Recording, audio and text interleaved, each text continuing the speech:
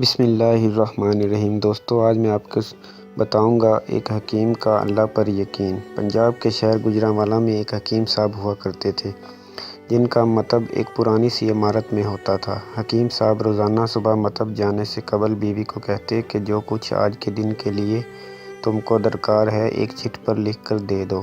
بیوی لکھ کر دے دیتی۔ آپ دکان پر آ کر سب سے پہلے وہ چٹ کھولتے، بیوی نے جو چیزیں لکھی ہوتی ان کے سامنے ان چیزوں کی قیمت درج کرتے، پھر ان کا ٹوٹل کرتے، پھر اللہ سے دعا کرتے کہ یا اللہ، میں صرف تیرے ہی حکم کی تعمیل میں تیری عبادت چھوڑ کر یہاں دنیا داری کے چکروں میں آ بیٹھا ہوں۔ جوں ہی تو میری آج کی مطلوبہ رقم کا بندوبست کر دے گا میں اسی وقت یہاں سے اٹھ جاؤں گا۔ اور پھر یہی ہوتا۔ کبھی صبح کے 9:30، کبھی 10 بجے حکیم صاحب مریضوں سے فارغ ہو کر واپس اپنے گاؤں چلے جاتے۔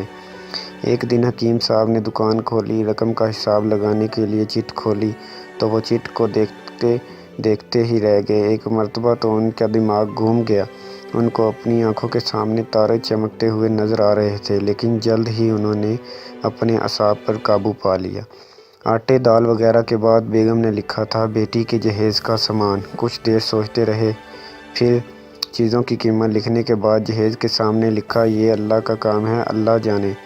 1-2 مریض آئے ہوئے تھے، ان کو حکیم صاحب دوائی دے رہے تھے۔ اسی دوران ایک بڑی سی کار ان کے مکتب کے سامنے آ کر رکی۔ حکیم صاحب نے کار یا صاحب کار کا کوئی خاص توجہ نہ دی، کیونکہ کئی کاروں والے ان کے پاس آتے رہتے تھے۔ دونوں مریض دوائی لے کر چلے گئے۔ وہ سوٹڈ بوٹڈ صاحب کار سے باہر نکلے اور سلام کر کے بینچ پر بیٹھ گئے۔ حکیم صاحب نے کہا کہ اگر آپ نے اپنے لیے دوائی لینی ہے تو ادھر سٹول پر آ جائیں تاکہ میں آپ کی نبض دیکھ لوں، اور اگر کسی مریض کی دوائی لے کر جانی ہے تو بیماری کی کیفیت بیان کریں۔ وہ صاحب کہنے لگے حکیم صاحب، میرا خیال ہے آپ نے مجھے پہچانا نہیں، لیکن آپ مجھے پہچان بھی کیسے سکتے ہیں کیونکہ میں 15 سال بعد آپ کے مکتب میں داخل ہوا ہوں۔ آپ کو گزشتہ ملاقات کا احوال سناتا ہوں، پھر آپ کو ساری بات یاد آ جائے گی۔ جب میں پہلی مرتبہ یہاں آیا تھا تو وہ میں خود نہیں آیا تھا، خدا مجھے آپ کے پاس لے آیا تھا، کیونکہ خدا کو مجھ پر رحم آ گیا تھا اور وہ میرا گھر آباد کرنا چاہتا تھا۔ ہوا اس طرح تھا کہ میں لاہور سے میر پور اپنی کار میں اپنے آبائی گھر جا رہا تھا۔ عین آپ کی دکان کے سامنے ہماری کار پنچر ہو گئی۔ ڈرائیور کار کا پہیہ اتار کر پنچر لگوانے چلا گیا۔ آپ نے دیکھا کہ میں گرمی میں کار کے پاس کھڑا ہوں۔ آپ میرے پاس آئے اور آپ نے مکتب کی طرف اشارہ کیا اور کہا کہ ادھر آ کر کرسی پر بیٹھ جائیں، اندھا کیا چاہے 2 آنکھیں۔ میں نے آپ کا شکریہ ادا کیا اور کرسی پر آ کر بیٹھ گیا۔ ڈرائیور نے کچھ زیادہ ہی دیر لگا دی تھی۔ ایک چھوٹی سی بچی بھی یہاں آپ کی میز کے پاس کھڑی تھی اور بار بار کہہ رہی تھی چلیں نا، مجھے بھوک لگی ہے۔ آپ اسے کہہ رہے تھے بیٹی تھوڑا صبر کرو، ابھی چلتے ہیں۔ میں نے یہ سوچ کر کہ اتنی دیر سے آپ کے پاس بیٹھا ہوں، مجھے کوئی دوائی آپ سے خریدنی چاہیے تاکہ آپ میرے بیٹھنے کو زیادہ محسوس نہ کریں۔ میں نے کہا حکیم صاحب، میں 5 سال سے انگلینڈ میں ہوتا ہوں۔ انگلینڈ جانے سے قبل میری شادی ہو گئی تھی، لیکن ابھی تک اولاد کی نعمت سے محروم ہوں۔ یہاں بھی بہت علاج کیا اور وہاں انگلینڈ میں بھی، لیکن ابھی قسمت میں مایوسی کے سوا اور کچھ نہیں ہے۔ آپ نے کہا میرے بھائی، توبہ استغفار پڑھو، خدا را، اپنے خدا سے مایوس نہ ہو۔ یاد رکھو اس کے خزانے میں کسی چیز کی کمی نہیں۔ اولاد، مال و اسباب اور غمی، خوشی، زندگی، موت، ہر چیز اسی کے ہاتھ میں ہے۔ بے شک کسی حکیم یا ڈاکٹر کے ہاتھ میں شفا نہیں ہوتی اور نہ ہی کسی دوا میں شفا ہوتی ہے۔ شفا اگر ہونی ہے تو اللہ کے حکم سے ہونی ہے، اولاد دینی ہے تو اسی نے دینی ہے۔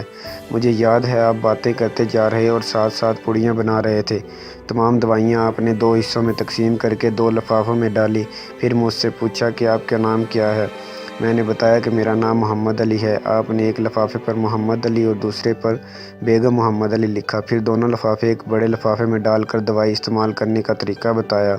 میں نے بے دلی سے دوائی لے لی کیونکہ میں تو صرف کچھ رقم آپ کو دینا چاہتا تھا، لیکن جب دوائی لینے کے بعد میں نے پوچھا کتنے پیسے، آپ نے کہا بس ٹھیک ہے۔ میں نے زیادہ زور ڈالا تو آپ نے کہا کہ آج کا کھاتا بند ہو گیا ہے۔ میں نے کہا مجھے آپ کی بات سمجھ نہیں آئی۔ اسی دوران وہاں ایک اور آدمی آ چکا تھا۔ اس نے مجھے بتایا کہ کھاتہ بند ہونے کا مطلب یہ ہے کہ آج کے گھریلو اخراجات کے لیے جتنی رقم حکیم صاحب نے اللہ سے مانگی تھی وہ اللہ نے دے دی ہے، مزید رقم وہ نہیں لے سکتے۔ میں کچھ حیران ہوا اور کچھ دل میں شرمندہ ہوا کہ میرے کتنے گھٹیا خیالات تھے اور یہ سادہ سا حکیم کتنا عظیم انسان ہے۔ میں نے جب گھر جا کر بیوی کو دوائیاں دکھائیں اور ساری بات بتائی تو بے اختیار اس کے منہ سے نکلا، وہ انسان نہیں کوئی فرشتہ ہے اور اس کی دی ہوئی ادویات ہمارے من کی مراد پوری کرنے کا باعث بنے گی۔ حکیم صاحب آج میرے گھر میں 3 پھول اپنی بہار دکھا رہے ہیں۔ ہم میاں بیوی ہر وقت آپ کے لیے دعائیں کرتے رہتے ہیں۔ جب بھی پاکستان چھٹی پر آتا ہوں کار ادھر روکی لیکن دکان کو بند پایا۔ میں کل دوپہر بھی آیا تھا، آپ کا مطب بند تھا۔ ایک آدمی پاس ہی کھڑا ہوا تھا۔ اس نے کہا کہ اگر آپ کو حکیم صاحب سے ملنا ہے تو آپ صبح 9 بجے لازماً پہنچ جائیں، ورنہ ان کے ملنے کی کوئی گارنٹی نہیں۔ اس لیے آج میں سویرے سویرے آپ کے پاس آ گیا ہوں۔ محمد علی نے کہا کہ جب 15 سال قبل میں نے یہاں آپ کے مطب میں آپ کی چھوٹی سی بیٹی دیکھی تھی تو میں نے بتایا تھا کہ اس کو دیکھ کر مجھے اپنی بانجی یاد آ رہی ہے۔ حکیم صاحب ہمارا سارا خاندان انگلینڈ سیٹل ہو چکا ہے، صرف ہماری ایک بیوہ بہن اپنی بیٹی کے ساتھ پاکستان میں رہتی ہے۔ ہماری بانجی کی شادی اس ماہ کی 21 تاریخ کو ہونا تھی۔ اس بانجی کی شادی کا سارا خرچ میں نے اپنے ذمے لیا تھا۔ 10 دن قبل اسی کار میں اسے میں نے لاہور اپنے رشتہ داروں کے پاس بھیجا کہ شادی کے لیے اپنی مرضی کی جو چیز چاہے خرید لے۔ اسے لاہور جاتے ہی بخار ہو گیا لیکن اس نے کسی کو نہ بتایا۔ بخار کی گولیاں ڈسپرین وغیرہ کھاتی اور بازاروں میں پھرتی رہتی۔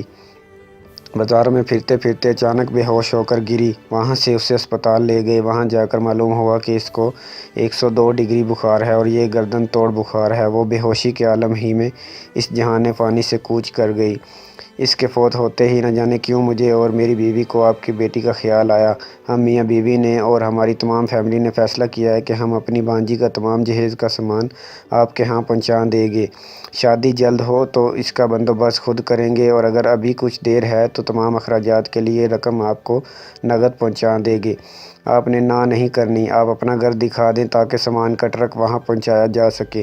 حکیم صاحب حیران و پریشان یوں گویا ہوئے، محمد علی صاحب آپ جو کچھ کہہ رہے ہیں مجھے سمجھ نہیں آ رہا، میرا اتنا دماغ نہیں ہے۔ میں نے تو آج صبح جب بیوی کے ہاتھ کی لکھی ہوئی چٹ یہاں آ کر کھول کر دیکھی تو مرچ مسالے کے بعد جب میں نے یہ الفاظ پڑھے بیٹی کے جہیز کا سامان، تو آپ کو معلوم ہے میں نے کیا لکھا؟ آپ خود یہ چٹ ذرا دیکھیں۔ محمد علی صاحب یہ دیکھ کر حیران رہ گئے کہ بیٹی کے جہیز کے سامنے لکھا ہوا تھا یہ کام اللہ کا ہے، اللہ جانے۔ محمد علی صاحب یقین کریں آج تک کبھی ایسا نہیں ہوا تھا کہ بیوی نے چٹ پر چیز لکھی ہو اور مولا نے اس کا اسی دن بندوبست نہ کر دیا ہو۔ واہ مولا واہ، تو عظیم ہے، تو کریم ہے۔ آپ کی بانجی کے وفات کا صدمہ ہے لیکن اس کی قدرت پر حیران ہوں کہ وہ کس طرح اپنے معجزے دکھاتا ہے۔ بے شک